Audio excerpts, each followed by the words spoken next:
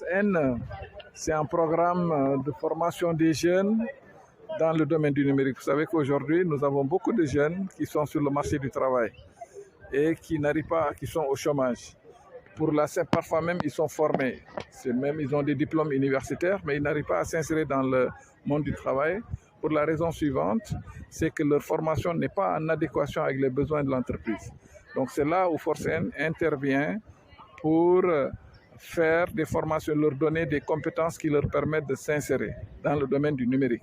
Donc nous avons une composante de formation pour les jeunes dans le domaine du numérique. Et on a aussi une composante, les jeunes, une fois formés, certains veulent s'insérer, on les accompagne. D'autres sont même prêts, ils ont des projets ambitieux de création d'entreprises, de start-up. On les accompagne par des formations dans l'entrepreneuriat et aussi on peut aller même jusqu'à leur donner un financement, les accompagner pour avoir le financement pour pouvoir mettre en place leur projet d'entreprise ou de start-up. Alors, maintenant, nous avons une troisième composante qui, elle, travaille au niveau des lycées et collèges.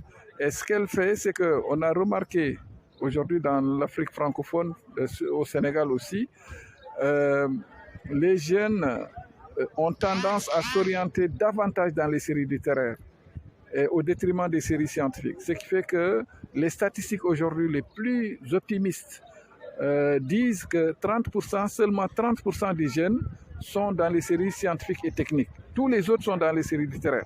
Donc Force N intervient pour apporter sa contribution pour corriger cette tendance à déserter les séries scientifiques. En quoi faisant? D'abord en faisant des activités de promotion des sciences au niveau des collèges et lycées. Nous faisons des activités de robotique, des activités de formation des jeunes dans le numérique, des activités, par exemple la modélisation 3D, vraiment les sciences émergentes de façon générale, l'intelligence artificielle. On initie les jeunes pour augmenter leur appétence pour ces séries scientifiques et ces sciences émergentes qui aujourd'hui contrôlent le monde. Ça, c'est une activité que nous faisons au niveau des collèges et lycées pour sensibiliser les jeunes. Nous aidons aussi les jeunes à assimiler parce que les jeunes, la plupart des élèves vous disent « nous ne faisons pas les maths parce que c'est difficile, etc. » C'est là où on intervient pour vraiment essayer de simplifier ces mathématiques-là en expliquant les concepts de façon facile avec des capsules vidéo de courte durée, parfois de 5 à 10 minutes. Et on a mis tout ça dans une plateforme. Vous savez que nous sommes de l'Université numérique chez Hamidou Kane. On a donc acquis une expérience. On connaît aussi aujourd'hui l'enseignement en ligne, on la maîtrise et cette expérience-là qu'on veut amener au niveau des collèges et lycées. C'est-à-dire aujourd'hui, nous avons une université numérique au Sénégal, on veut mettre en place un lycée numérique. Est-ce que vous voyez, ça va permettre aux jeunes de mieux comprendre, etc. Et aussi, pour attaquer ces plateformes de formation à distance, il faut avoir des outils.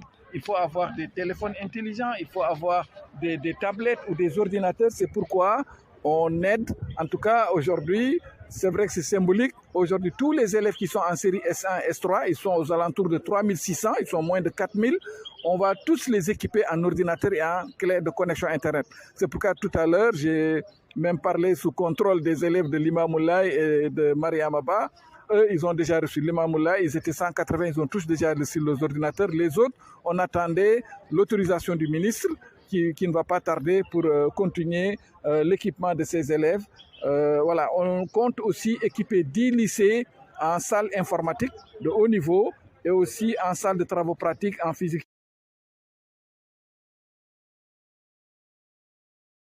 Bonjour, c'est Dr Yatma Mbodj, enseignant-chercheur au département de mathématiques de la FASTEF. Cette journée donc, a été décrétée en 2019 par l'UNESCO comme journée internationale des mathématiques. Donc, pour la première fois, nous l'organisons donc à la FASTEF en collaboration avec Force N. En collaboration avec Force N pour vraiment donc, fêter ça, partager donc, cette journée avec toute la communauté donc, internationale donc, de mathématiques. Aujourd'hui, vous avez invité beaucoup d'élèves. Dans quel sens? Alors maintenant, donc, si vous regardez, la salle est remplie d'élèves.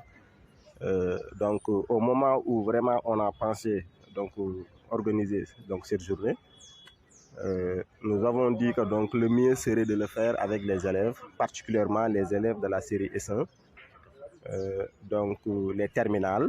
Maintenant, on a ciblé le lycée d'excellence de Diourbel, le lycée Limamoulaye, donc il y a le lycée Seydou Nourou Tall, donc le lycée Lamine Gueye, le lycée Blaise Diagne, le lycée Keur Massar 3, donc le lycée de Jaxaay.